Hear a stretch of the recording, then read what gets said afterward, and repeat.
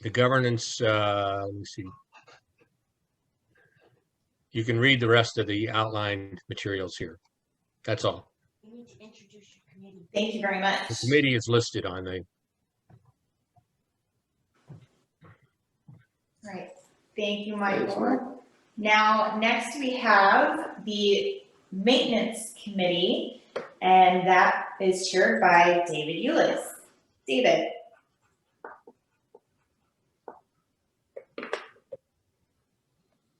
Okay, I'm unmuted. Again, I won't read all the names for you, but we have a maintenance committee in place, although I have to say, I think that we were just getting going when COVID got going, and while we've had some meetings, it's been a pretty tough process to get going. From a general maintenance point of view, the start of the year with the pandemic and difficulty in hiring staff meant we were significantly understaffed in the maintenance area.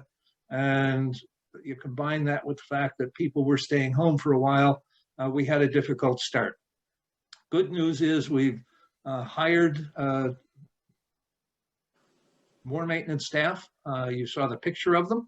I think you're seeing them out and about in the community, and we're certainly doing a good job, I think, in catching up with the maintenance of common areas that we had fallen behind in. We've also used some contractors to clean up areas like the Drayton Cove Pond, and that has been useful to make sure that we're keeping things up to a reasonable standard. The beach stairs situation has been on our agenda for a number of years. With significant help from Boundary Ridge volunteers, those stairs have now been repaired and I think are being very well used. We also have a contract with the company that led on the repair of the stairs so that they'll take care of that on an annual basis. We continue to make efforts to enforce standards both for developed and undeveloped lots. The majority of owners of undeveloped lots this year did in fact do some maintenance. This, however, is still a struggle, and it was a struggle this year when you combined it with the fact that we weren't able to fine people for not doing what they were supposed to do. I'm hoping that the new standards and the streamlined methods and approaches that we're working on right now that Alec mentioned at the beginning will allow us to do a better job on that. We're well aware of the fact that in the community survey we did last year, right on the top of the list for owners was the need to enforce CC&Rs and an indication that they were frustrated with the fact that our CC&Rs were not being adequately enforced. We're hoping to see our maintenance staff take a greater role in that and have less owner-to-owner complaints as the basis for acting on situations. The stormwater system, I think you've all heard about that. There's a draft paper in place that outlines what we know to be the current situation on stormwater, but it's really a complicated situation where we have the SRA responsible for some stormwater maintenance. We have certain homeowner associations like Carnoustie and Seasmoke, where they're primarily responsible for maintenance of their stormwater systems. We have other neighborhoods where primarily the stormwater systems are either being run onto the golf course or run into infiltration systems. In order to manage our water going forward, we're going to have to get a handle on that.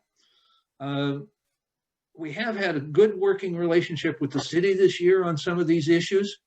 Because when you drill into your neighborhood homeowner association CC&Rs, in a number of them, but not all of them, the city has quite a significant role in monitoring compliance and maintenance of those systems. Next slide. That's what I have for you. That's good enough. Thank you. Thank you, David. We're going to now move to safety and security, which is chaired by Carol Gash. Okay, looks like I'm unmuted now. Thanks to everyone. Good morning. Appreciate all of you that have come out for our meeting. This is unique for us, to say the least.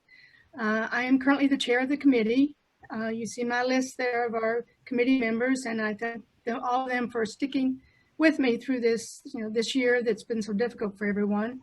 I'll just go over their names briefly. Mike Finston is our newest member. We have Jeff Ferry, Pat Kingshot, Valerie Norris, Baljit Panu, and Joan Wagner.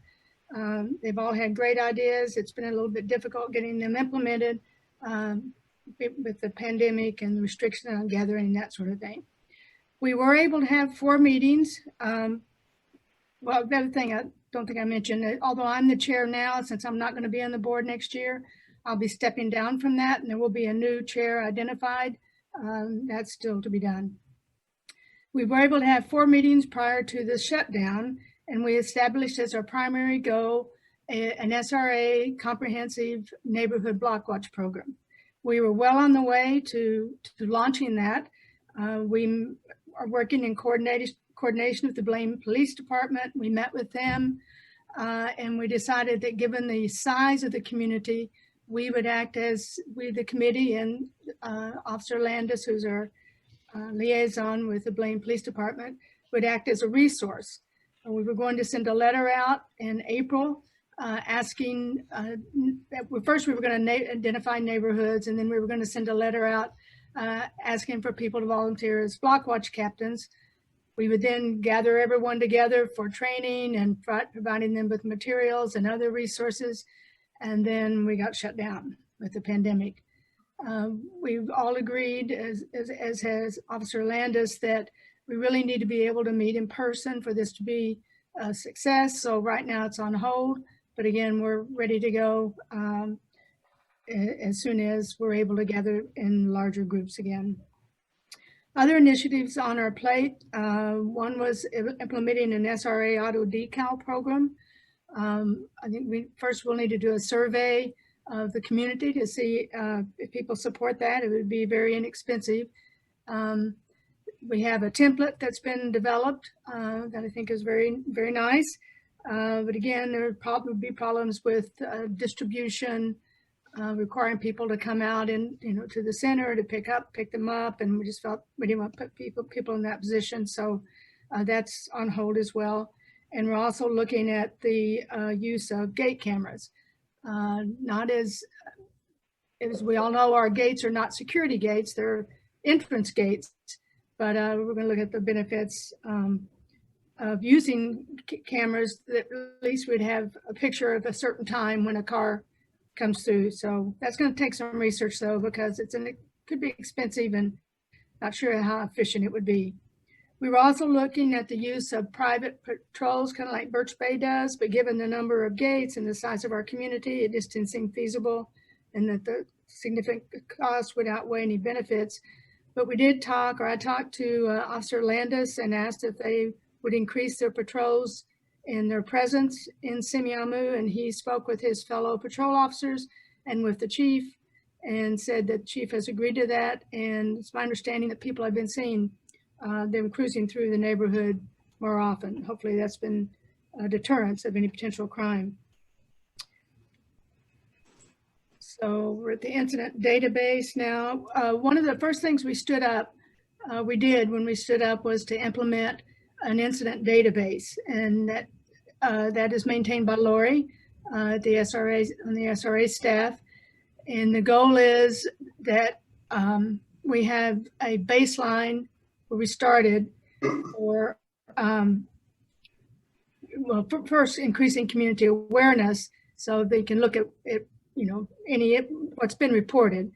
And the other is just to decipher trends as time goes by. I think this has been working fairly well, but I guess not everybody has been aware of it. It has been a while since we actually stood that up and sent a letter out about it. But the goal is that first you contact, if you're the victim of a crime or you see a crime, after dialing 911 and or calling the Blaine Police Department, that you then call the SRA and ask them to report it so it can be included in the database. And I think that's been working pretty well. But again, your first thing is to go to the police, call 911, and the SRA just report it so they're aware of it and it's included in the database.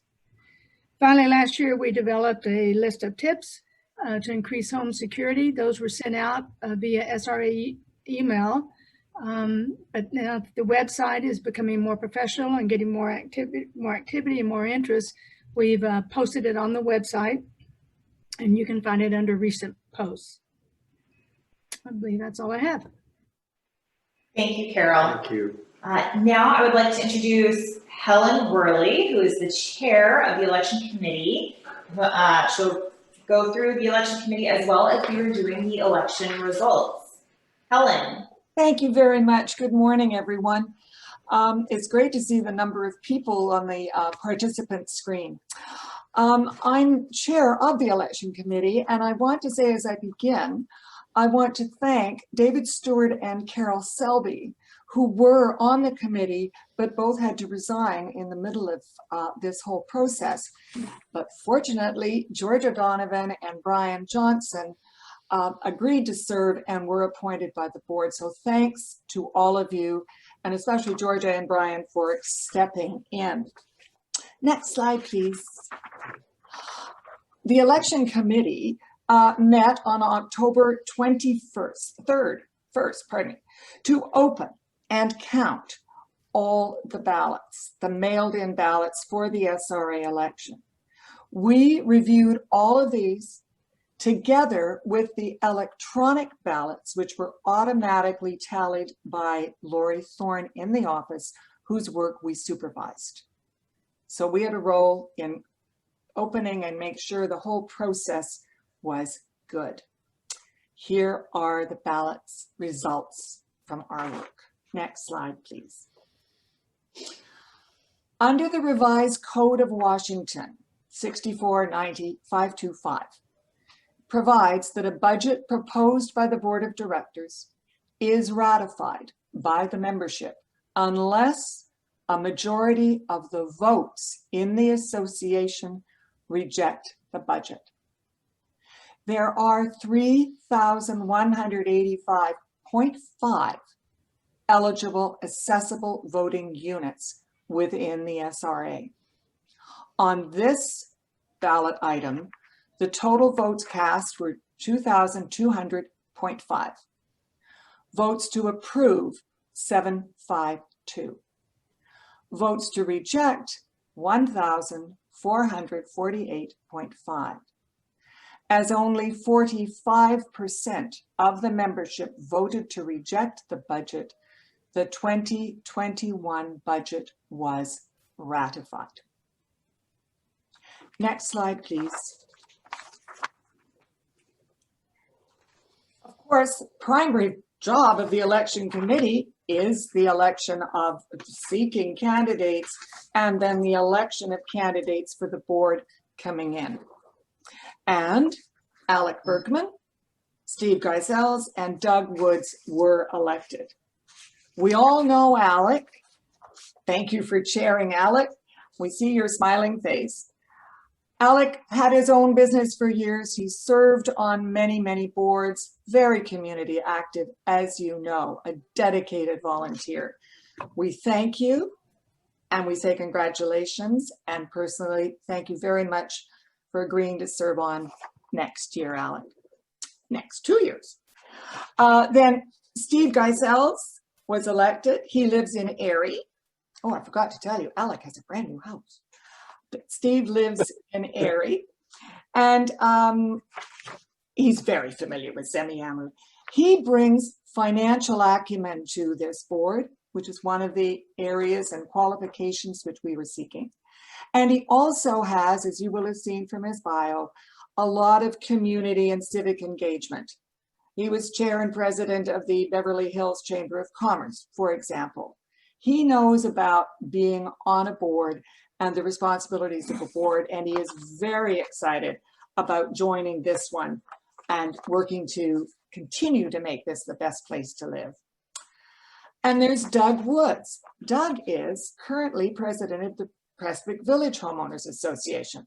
So I have to be nice to him because I live here and he's my boss. And he has a lot of experience with HOA work as well, from the time when he and Darcy lived further south in Bellevue. So he's been on landscape committees, he's chaired the board, he's done it all. He brings the type of experience forward-looking, knowing how to work with people. That was one of the other qualifications that we were looking for. We had some qualifications listed, and we think that we've got 3 people who certainly meet those qualifications. Those are who were elected to serve in 2021. The next slide, please. Oh, yes, the current board members who these will be joining are Paul Greeno, Kurt Hagman, Michael Hayden, Bill McNally, Nicole Newton, and Patricia Oliveros. And thank you all very much for the work you do. I see a little bit of it, but I know it's a very big commitment, and I really thank you on behalf of everybody else. Now the next slide, please. This was the member resolution that was submitted. It was Member Resolution 2020-0902, a resolution regarding assumption of debt. On this, the total votes cast was 2,195. Votes to approve, 1,460. Votes to reject, 735. Under our CC&Rs, to amend the CC&Rs requires a vote of 66.67%. The vote to approve was 66.5%. The amendment resolution failed. And I would add by 3 votes. Every vote counts. Thank you very much to Brian and Georgia for working with me on this, and to Lori for being our wonderful organizer and pulling it all together. Thank you very much. Thank you, Helen. Thank you, Helen.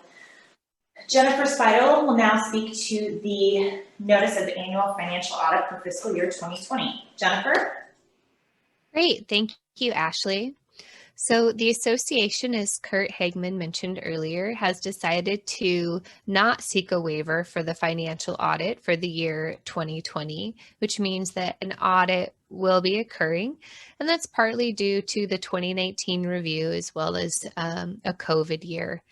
And one of the comments that came back, the only comment that came back from the auditor in their management review letter, was that during the review, they'd become aware of some internal control issues. These include the following.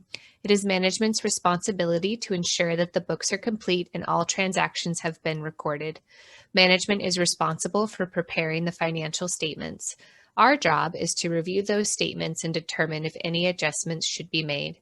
This means that completed financial statements must be submitted before our review process can begin. The timing of the December 31st, 2019 review was affected by this issue.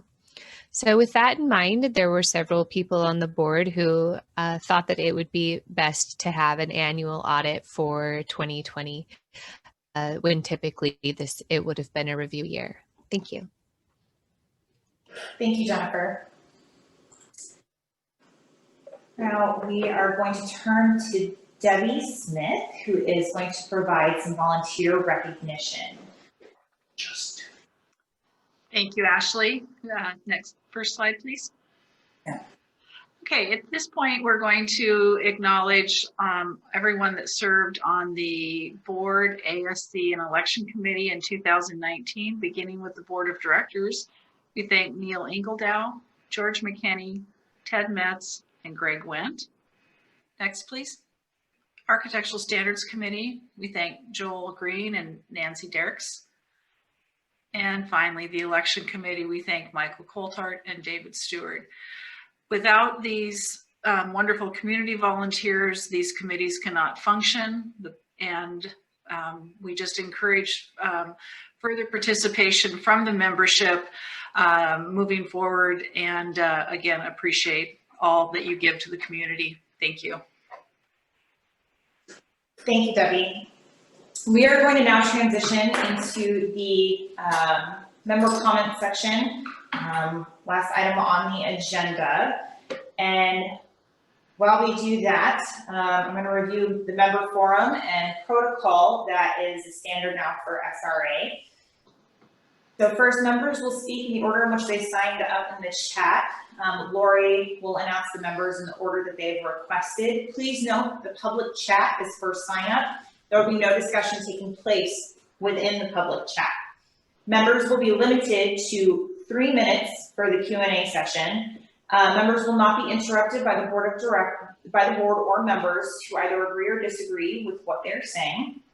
The speakers taking longer time can ask someone else who has signed up to speak, if they'll yield their time so they may continue. However, at no time will any member be allowed to use more than 6 minutes to speak. I will be keeping a timer and alert speakers when 30 seconds is remaining by ringing the bell. Some of you are familiar with this sound. At the conclusion of your presentation, if you are speaking from a written statement, you may submit your written statement to the secretary or Lori via email to assist with its inclusion into the minutes. After a member speaks, the board may answer or ask clarifying questions. The presiding officer will then thank the member for their presentation and will move to the next speaker. Personal attacks on board members or fellow association members are strongly discouraged, and profanity will not be tolerated under any circumstances. With that said, we will go ahead and open the floor. Lori, who is first? Oh, Lori, I believe you're muted.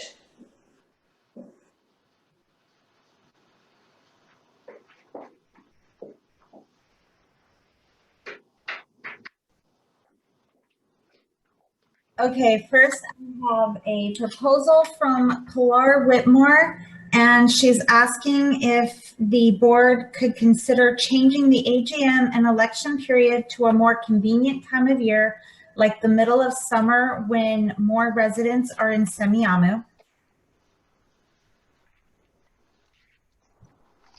Certainly would be within reasonable limits of discussion for us. I think we can take a look at what needs to be changed, because there are a lot of things that need to be changed, and see if we have enough interest in moving the meeting. I think that's a question that should be submitted to the membership.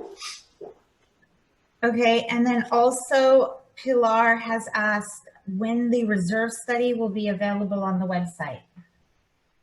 Debbie, could you address that? I will talk with Lori, and we'll get that on just as soon as possible. Thank you. All right, next to speak is Ted Metz. Go ahead, Ted. Hello, my name is Ted Metz. I'm at 8606 Blue Gross Way in Stonehaven. Two items. The first is that we, from the ballot, are short one board member. I'd like to understand the process that's going to be used for that new board member. And secondly, I have some concern with all the thousands of dollars we're spending on consultants, that the hiring of staff in the future is left up to the executive director, and or if it's maintenance, it's left up to Jason and not left in the hands of consultants to decide who they have to work with rather than who they feel is best for them. Thank you.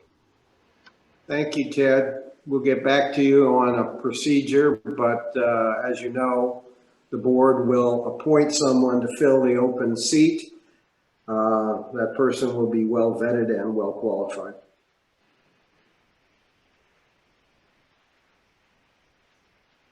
Next up. That would be Greg Wendt. Go ahead, Greg. All right. I have a couple of questions and a comment. My question is not necessarily for Kurt, because I know he wasn't the treasurer during this period of time, but in one of his original slides, he shows an operating fund and a reserve fund that totals close to $1 million. And then for 2020, that amount goes down to somewhere over $500,000. So the question is, and I'd appreciate an answer to this in the future, is what happened to $500,000 in 2020? Secondly, I think it's unconscionable that the board has pulled the Washington law out and bypassed the residents' votes to reject this budget by a margin of 2-1. This is not a democracy. This is an autocracy. You have put our wishes, the membership wishes, by the wayside and taken it upon yourself to approve a budget that spends well over $200,000 on these consultants. And in reading their contract, they do not have an end in March. There are clauses in that contract that allow for continuing work with the SRA. And I'd like to know what that cost is going to be. I think the board has, for the most part, abrogated its responsibility to the membership. And I am personally outraged at what's been going on. Thank you. Well, Greg, my response to you is pretty simple. We've been disagreeing about this for several months. We've identified issues that have to be addressed. We followed the law. The ballot came out the way the ballot came out. We're not going to change the results because we're obligated to conform to the law, whether there was a majority or a minority approving a particular issue. The consultant's contract do leave open the possibility that we could retain them for services that we might need in the future, but there's no obligation there. And to indicate that there is, I think, is misleading. The consultants have done everything they said they would do. Some of us have been consultants. Some of us have used consultants. Some of us never have, and some of us just don't like consultants. That's the way the world works. We are getting what we asked for from them, and we expect to get monthly reports all the way through the contract, and then we hope to be able to move on, standing on our own. But as a past president, you should recognize there are many, many issues that we've developed over time as things have changed, as we have changed, as the climate has changed, as the population here has changed, and they need to be addressed. We've seen a path forward to do that. We've pursued that path, and I expect we'll still stay friends, but we'll agree to disagree. Lori, who's next? That would be Mike Claus. Go ahead, Mike. Thank you, Lori. I have a general, address 9419 Turnstone Lane, Simiama Shore. My question is perhaps to the treasurer and Jennifer Spindell. It's about the budget. A more general question about the budget and then a specific one. In general, my general question is I see a new proposed 2021 budget today. And I'm not sure what the process is since we've approved, or I should say we have not rejected the old 2021 budget, which now does not seem feasible without the transfer fee. So my first question, more general question is what's the process for us and for the board to go forward with a new proposed 2021 budget, which was not the budget that was presented to us that we voted on. And then about that new proposed 2021 budget, I haven't had time to look at it. I only saw it briefly here today, but it looked to me like projected income from operations was decreasing by about $252,000, mainly because of the lack of transfer fee. And yet the additional principal payment in the proposed budget, the change there was only $161,000 less. So there's $90,000 of income that we expected to get from the transfer fee that was not going to go to pay the principal, is the way I see it. But maybe one of you that studied that budget more carefully can explain that better to me, why the income would go down 252, but the principal payment only accounts for 161,000 of those expenses that have changed. Kurt, you're muted. Let's get you unmuted. All right, I'm unmuted. Yeah, the what is called the 2021 revised budget really just has two items in it: subtracting the real estate transfer fee of $272,000, but retaining about $19,000 of that, which is the transaction fee. And then the $161,000 that was intended to pay down the mortgage was taken out. So the numbers add up there, but even taking out the pay down of the mortgage has not been discussed by the board. So in essence, the original budget stands until the board votes on doing something else. I only put those numbers in because the board had already voted to take out the majority of the real estate transfer fee, and I felt that since one of the main functions, or one of the main reasons for putting the transfer fee in, was to pay down the mortgage, I also took out the mortgage pay down. But really the board needs to look at the entire budget and decide what it's going to be moving forward. So maybe Alex has some further comment, but that's all I have. I think one thing to add to that, and that is we have now committed on 2 occasions to revisit the budget immediately after the election, and I believe that process will start next week. We welcome your participation. If you're interested in being on the Finance Committee, please let Debbie know. If you're interested in working with us on the budget revisions, you're going to have to join into our deliberations and discussions, and we will have an open invitation to that. We'll either call a special meeting or a work session, and we'll be able to start looking at the spending side of the budget and then adjusting the income side of the budget to get it as close to balanced as we can. Anything beyond that, I think, is out of the scope of this meeting, but if you'll make sure you get your written communication in, we will respond to all questions in a new post of frequently asked questions. We're going to start planning for all of 2021 in November, which is only a week away. And that is our commitment. That's part of the charter I reread today. Thanks. Lori, who's next? Ken Young. Go ahead, Ken.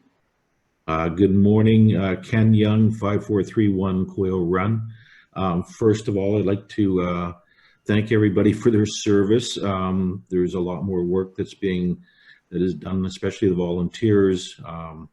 Your time that you put into this is appreciated. There's a lot of work involved that nobody sees. However, I got a couple negatives here. Number one, the budget has been rejected by the people who voted by a 2-to-1 ratio. And yeah, we can hide behind quorums and stuff like that, but that's, I think the people have spoken that I think you need to revisit what has been put, and I know you have been there. And on the second one is on the ability to take to the member resolution.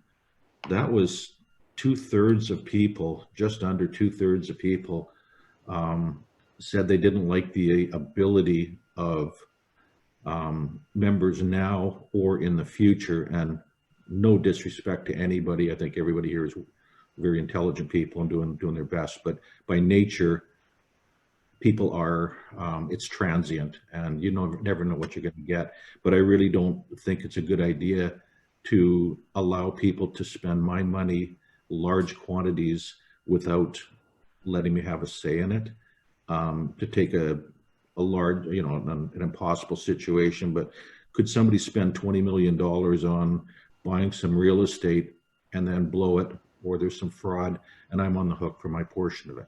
I could be wrong on that, but I'd just like to get some comments from you guys on that. Any board members want to speak to that?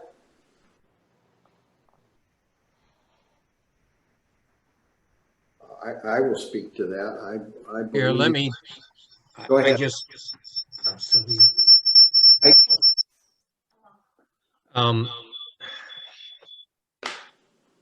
Hello, is it okay now? Yeah. The first thing I'll speak to is the statute. For those of you who are interested, you can look up on the internet and type in RCW 64.90.525. That's the legislative pronouncement as to how budgets are passed by homeowners associations. It's all well and good to say that we should abide by the will of the neighbors, and I agree with that completely. But the first obligation we have, unfortunately, is to listen to what the statutes say. The statute is the highest authority on governance of any homeowners association. The statute provides the mechanism for passing the budget. And I certainly agree that there was not overwhelming support for the budget. That's very clear. But under the statute, the budget, in fact, was adopted.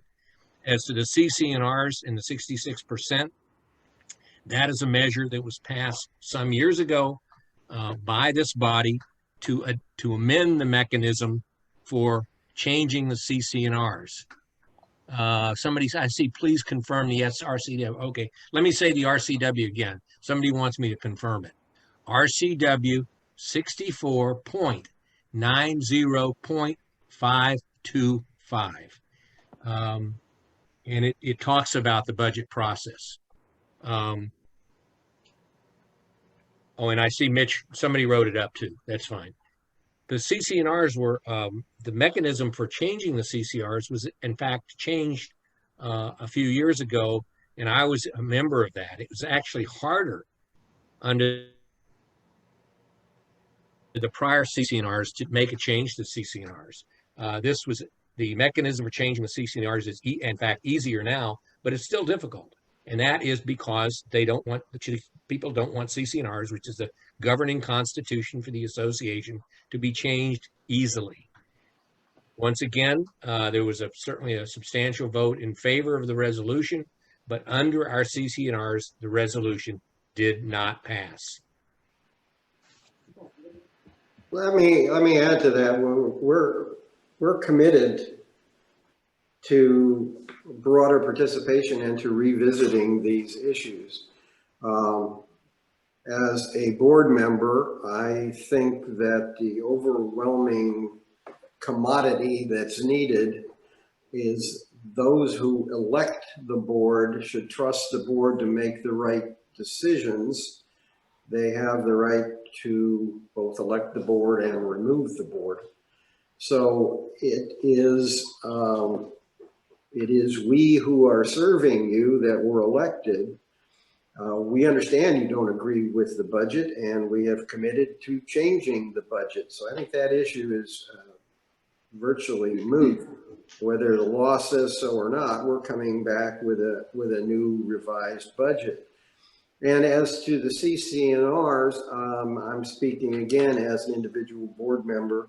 It seems to me that it is inappropriate for us to exist into the future with every individual in the community having the right to put a ballot measure into the election process.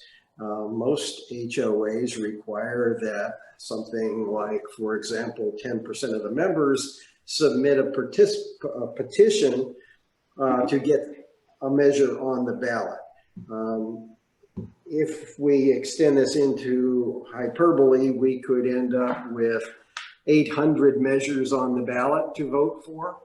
And so I think we need to look at that as part of the change in the CC&Rs going forward. But I want to stress again that we move quicker when we're trusted. We move slow when we're not trusted. That is the nature of the world. Again, Joel Green put that measure forward because he thought it should be in place. By statute, it was defeated. We're certainly willing to talk to Joel about how we revise the CCNRs to address that issue. We're committed to that communication. Thank you, Lori. Who's next? Debbie Pequin. Thank you. Hi, I'm Debbie, 8608 Great Horn Owl Lane. I have a number of comments.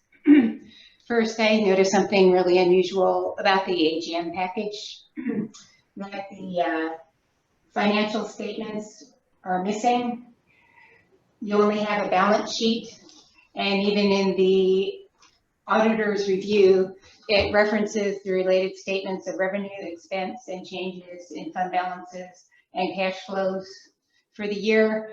In many years, I've never seen those statements, the full set of statements, not provided. And it's really a bad look when the auditors mention it and you're only showing the balance sheet. The document review fee that you talked about at the last meeting, it blocks the owners from exercising their right to review documents. At best, it makes you look like you're hiding something. You talk about trust, but not showing your financial statements, putting in fees that block people from seeing the documents as owners are our documents.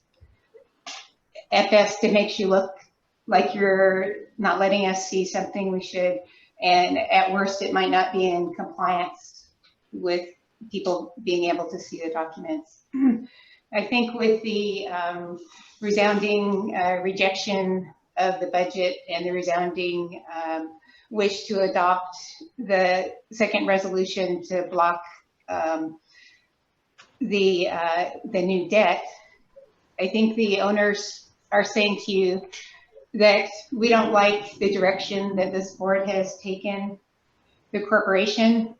You've taken in a direction of extreme complexity and expense without involving the owners in the extreme and significant changes that you've made to our corporation.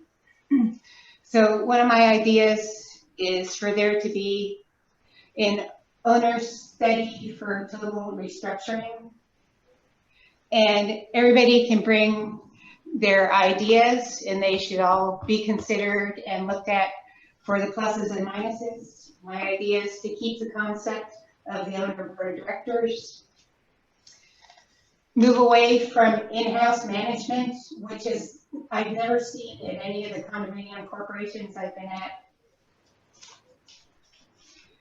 There's always been a property management company. Move in the direction of having a property management company instead of having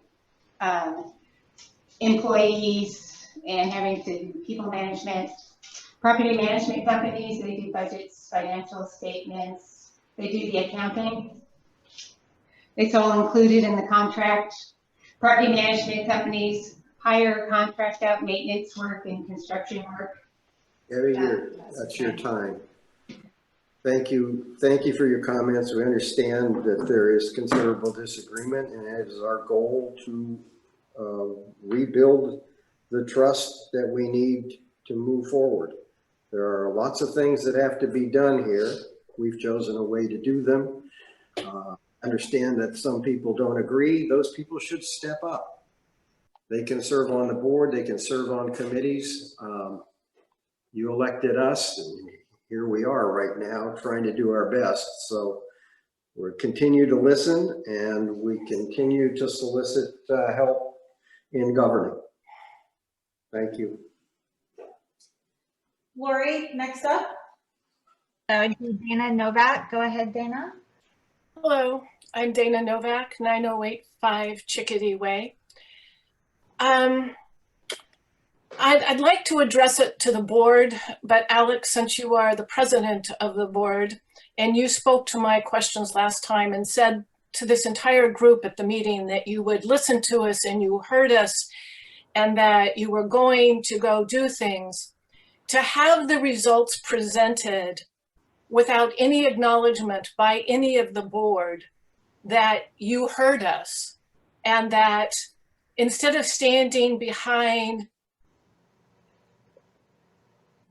whatever issues, CCNRs and statutes that had to be repeated 4 times, and saying that many people didn't vote, instead of coming forward and saying, it's obvious that the majority of you want to have a revision similar to Joel Green's proposal. It's obvious to the board that most of you, the large percentage of you, would not approve this budget. We hear you, even though these things didn't pass. And there was nobody in the board that took that approach. So it is difficult to have trust when you don't hear us, when you don't acknowledge our votes, when you don't acknowledge our questions. You had us vote on a budget that wasn't even complete. And then you stand behind pomp and circumstances and legal things that say, oh, but you didn't win legally, when you didn't provide a legal budget. So it is very, very difficult. And I've lived here for 15 years. For the most part, I believe I voted, not consistently, because, life gets in the way sometimes and you take these things for granted. But we're not taking things for granted anymore, Alec, because you're expending, you and the board, I mean that generically, are doing things. And I think it's time that we as a community and you as a board representing us come up with a plan that meets with everybody's needs.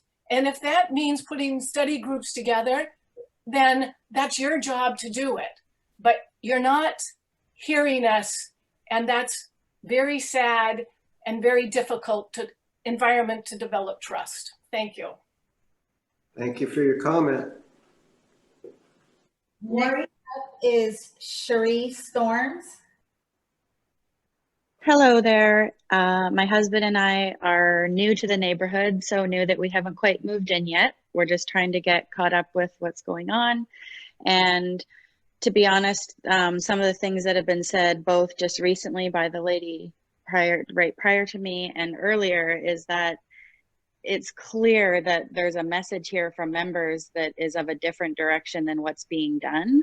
And you are hanging your hat on technicalities here that are, on one hand with the budget vote, that code to me says that a budget of the proposed board is ratified by the membership unless a majority of the votes in the association reject the budget. Well, the majority of the votes did reject the budget. And it's stated here that as 45% of the membership voted, this budget was ratified. It's not about the majority of the membership, it's about the majority of the votes to reject the budget, which that had. So I actually don't understand how we can use that as a defense. And then on the vote, I mean, clearly it's a push at 66%. We're splitting hairs to say 0.5 or 0.6. Clearly the members have spoken that they're interested in having something like that. So, if there's going to be trust, then we have to hear like the voices are heard. And it just seems like there's a lot of effort put in to not hear the membership. Thank you. I keep saying that we're listening. I keep saying that we're going to take action to get closer to what it is that you expressed in the election. But the statute says that you must pass a budget with all of the eligible votes, not the ones that are cast, all of the eligible votes counted. That's 3,185.5 accessible voting units. That didn't happen. the board is obligated to follow the law. We can't follow what the board says until after the election, and then we have already committed to doing that. I've said it in this meeting, I said it in the last meeting, I said it in the meeting before that, I said it in 3 consecutive president's messages. We will change the budget. We will consider a way to put a measure on the ballot. Make sure that I say that. Don't let me forget. Excuse me. Oh. We're committed to working toward that goal. This election is cast. Now we're committed to working with you to get to. But don't short sell the amount of work that has to be done here. There are thousands of hours of board time that have gone into the last year and a half, and that's simply not right. The board is here to set a strategy and set a policy. And if we can't get the work done by staff, we need to improve the tools of the staff and the skills of the staff and the capabilities of the staff and the knowledge of the staff. And that's what our intent is. I responded to the past president's letter by asking why we hadn't looked at a number of these issues in the past. Clearly we should have, clearly we didn't, and I don't expect there to be consistency from one president to the next president to the next president. Some will put in hundreds of hours, some will put in thousands of hours. I'd like to hear more from the people who've been involved in the past about where we can go in the future. We're open to that, but what we can't do is circumvent the law because we heard a message from the community. We can say after the fact, we're listening, but we need input. This is not an indictment, it's just a comment. But if we have a meeting every month and we have 2 people show up to listen to what's going on, and we send out an email every couple of weeks and people don't read it, and we send out a message that we have significant issues in front of us every quarter, and we don't hear back, we have to take the steps we think are prudent to protect property values and to improve the delivery here. I understand that we disagree about that, but you've heard us say any number of times now, we are going to redo the budget. So the fact that it didn't pass really isn't that meaningful. We're going to come back and work with the community to change it. We're also going to look at the process, which we can't ignore, that resulted in a 66.5% vote instead of a 66.67% vote on the CC&R amendment.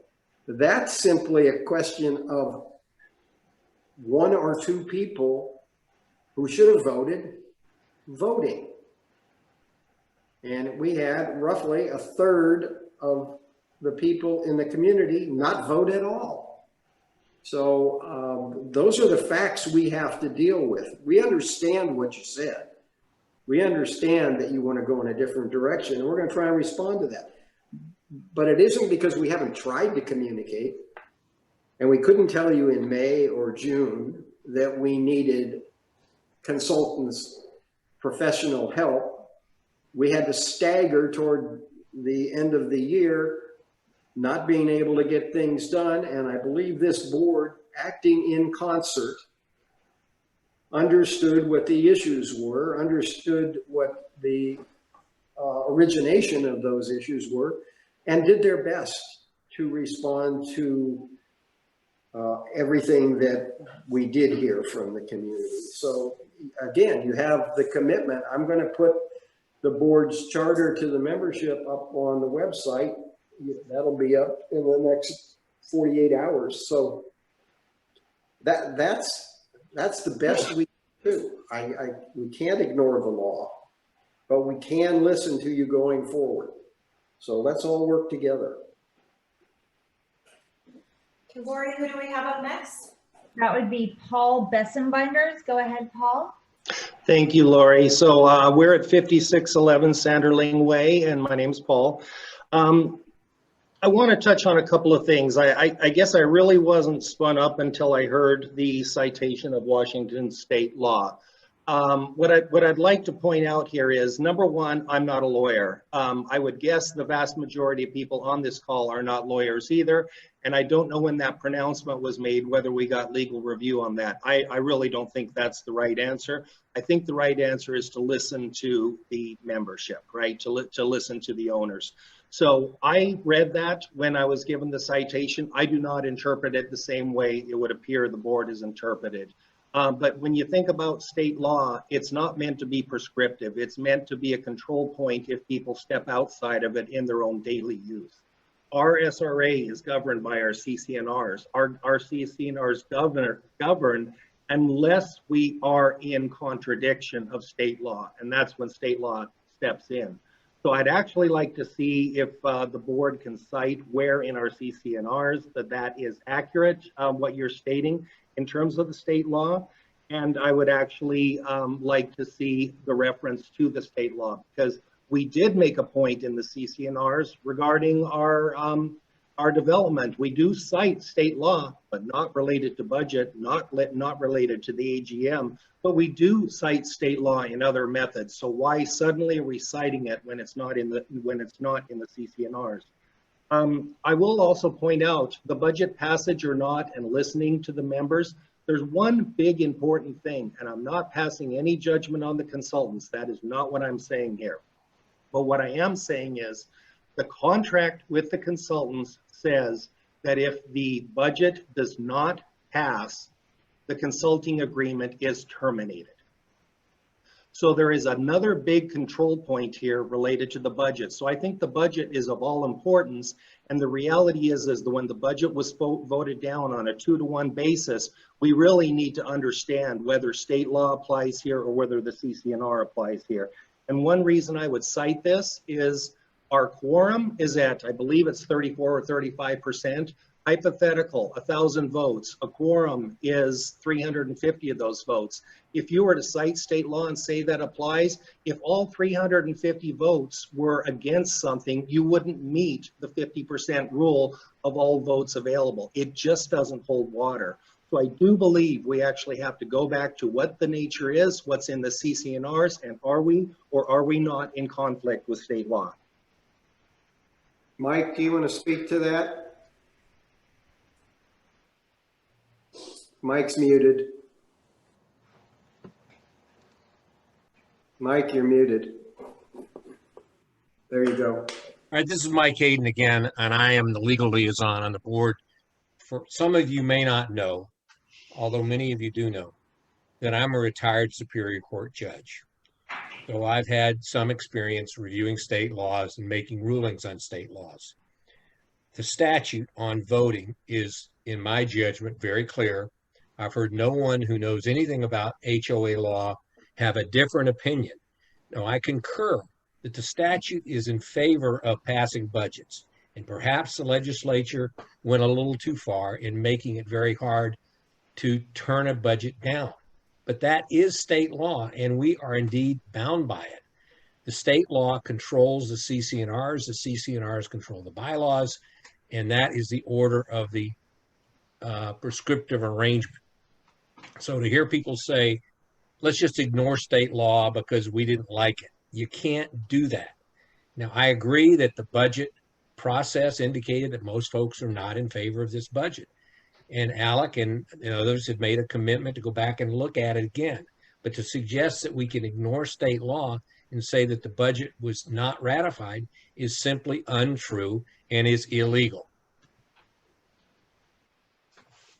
That's it. Thank you, Mike.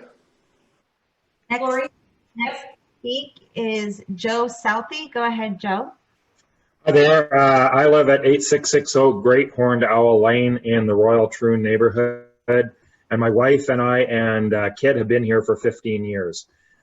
What I'm seeing with the board is that they have put in substantial amounts of time in this past year in an unquestionably difficult year for many of us, if not all of us, something we have never dealt with. And the board has also had to deal with things like a new building and the completion and build out of it over the last couple of years, which have taken out thousands of hours of volunteer time. I'd personally like to thank every single one of these volunteers who put in all of their time to try and make our community better. That's my first point. My second point is this community is more than 30 years old. In the first 10, 20, 25 years, things move along pretty easily. There's not much to worry about from repairs and maintenance if the community has been built properly. As we move into this period of time, it is going to become an awful lot more difficult for future boards and the residents to deal with. As storm drains and legal issues and bigger build outs of communities occur, we have to be active in our board if we actually want things to go the way we think are appropriate, and not just once a year when it comes down to a budget presentation that they had to pull together very quickly in order to present to the membership. The third thing is about the budget process. A year ago, during the AGM, there was a request for participation in many committees. One of those committees was a financial committee. Myself and two others did volunteer, and we actually did have 3 meetings with Alec, who at that time was the treasurer, and then he became the president, so it was passed off to the new treasurer. Well, for whatever reason, that new treasurer decided that there was no need for any financial meetings, whether it be by Zoom or otherwise. And as a result, one of the things that we were being asked to do was participate in the budget process for 2021 and what are our thoughts, and maybe getting some thoughts from the community. Unfortunately, since we didn't meet since basically January or February, we didn't get that participation. Being a CPA, I actually looked to do it and to try and understand what important things there were facing us as we move to an older community. It's very unfortunate that we're in the situation where the bulk of the questions seem to be about the budget, when in past AGMs, there have been very few questions about the budget. I look forward to any new finance. Joe, your time is up unless somebody wants to give Joe additional time. Take another 30 seconds or so, Joe, and finish up your thought.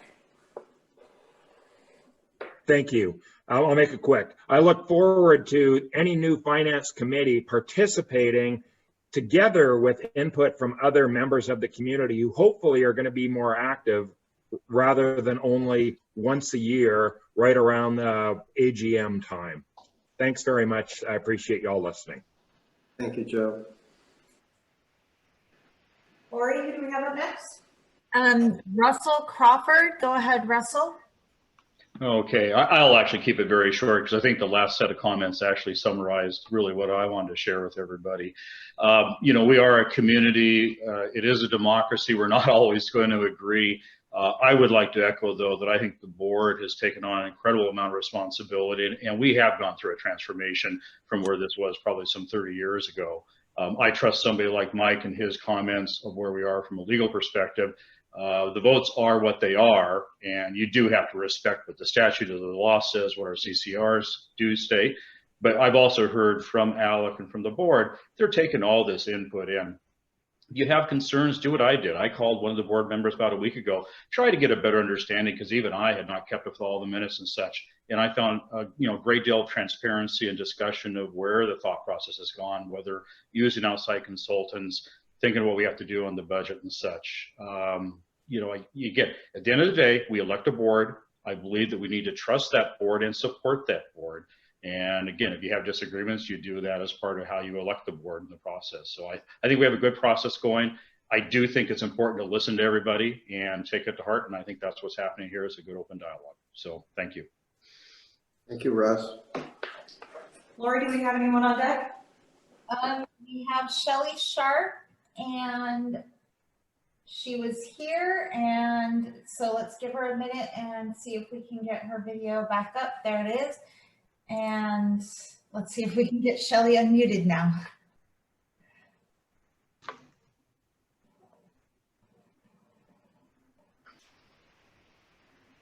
All right, Shelley, why don't you go ahead and try talking, and hopefully we can hear you even though your video is cutting in and out.